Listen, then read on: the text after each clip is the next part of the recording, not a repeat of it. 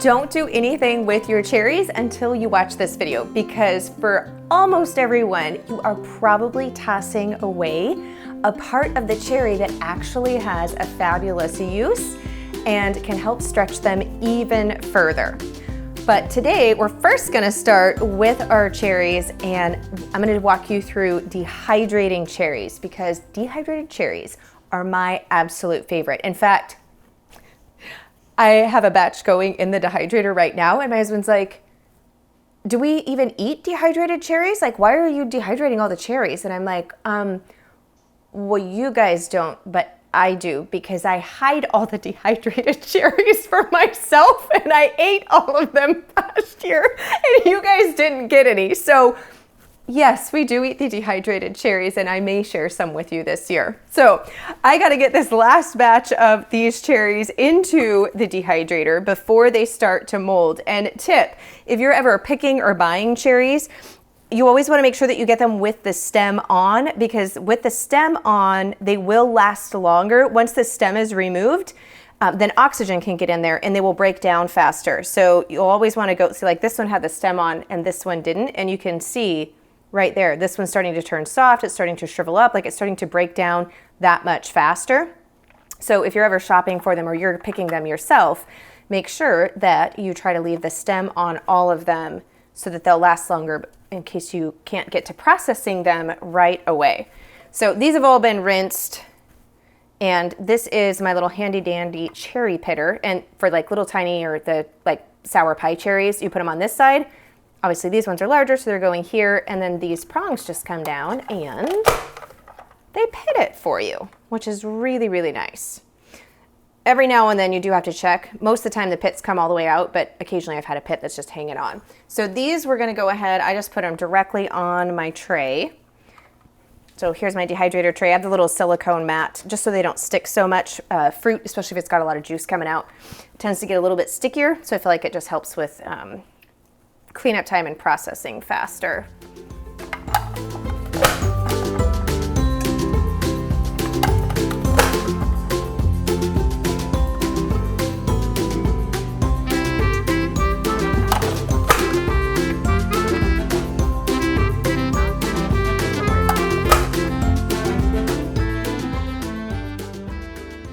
So I always get asked when it comes to dehydrating, how long does it take to dehydrate it?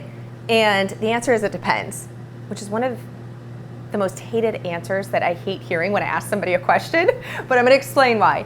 It depends partially on the liquid content and the size of the fruit or the item that you're dehydrating, as well as the humidity and the room temperature.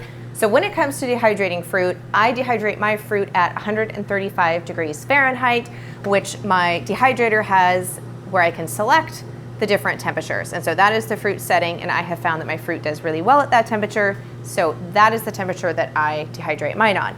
But you are gonna have to come in and check if you have different sizes. Like obviously my cherries were different sizes. I had some that were larger, some that were smaller, etc. So I always check at about, with fruit, I usually check about 24 hours, especially something that's thicker like a cherry. And then like in this jar, you'll see I pulled these off actually last night, and because I've got smaller pieces. So this is a smaller cherry. This one's a little bit larger, pretty much the same size. So these ones were done last night, whereas the larger ones that are still in here, I'm getting ready to pull off, they needed to dehydrate longer, but you don't want them to go so long that they're like crunchy, brittle, like crumble beneath the touch.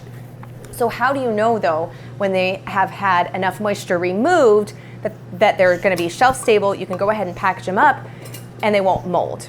So this is a trick. I share it in my new book, Everything Worth Preserving, which you can grab and get on pre-order now for an incredible deal.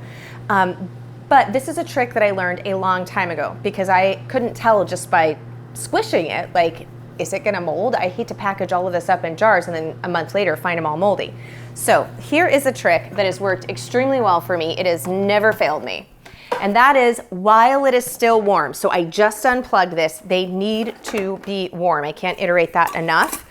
You wanna put them immediately while they're warm into, you can use a plastic bag. If you don't like to use plastic, you can use something like this, a glass mason jar, but that will seal completely up. Tighten it down and then let it sit in here for a while. if you see any little bits of beaded moisture, condensation on the bag or in the glass, then that means that it's not dry enough yet to be packaged. So you need to put it back on, let it dehydrate a little bit longer, and then do another test. But as long as you don't see any condensation starting to form or any beads of moisture, then you know that it's just fine. You can go ahead, pull everything off, and get it into your containers. Now, of course, with your dehydrated food, you don't want to let it sit out without being sealed up, because it will begin to absorb back moisture just from the room and from the environment. So I have found if it's fruit that we're going to be eating or going through relatively soon, just putting it in a mason jar like this I just reuse my metal lids you can't reuse them for canning, but you can definitely reuse them for that. And then I'll just tighten the band down. And if we're going to go through it within a month or so, this will be just fine. If I'm looking for longer term storage, then I will use a vacuum sealer that comes with your food saver, and it just sucks the oxygen out and will keep it nice and sealed. I don't use oxygen absorbers or anything like that with my fruit, especially if I'm not sure it's going to be at least 10% moisture or less. Now, fruit's acidic, so we're not really worried that much about botulism with fruit because it's acidic. But if it was vegetables, if it's higher than 10% moisture, and you use an oxygen absorber, you can run the risk of botulism, even with dehydrated food. So I don't tend to use oxygen absorbers when it comes to my fruit or vegetables when I'm storing them in a dehydrated form. So it has been a while, came back and checked, and there is no condensation or little water spots in here. So I'm gonna go ahead and put the rest of my cherries off here. These are all done. And then we will bring the next tray over and get that loaded in here, because now that I confessed to my husband, I have a feeling that they're going to be trying to get into my cherries, so I need to make sure I have more.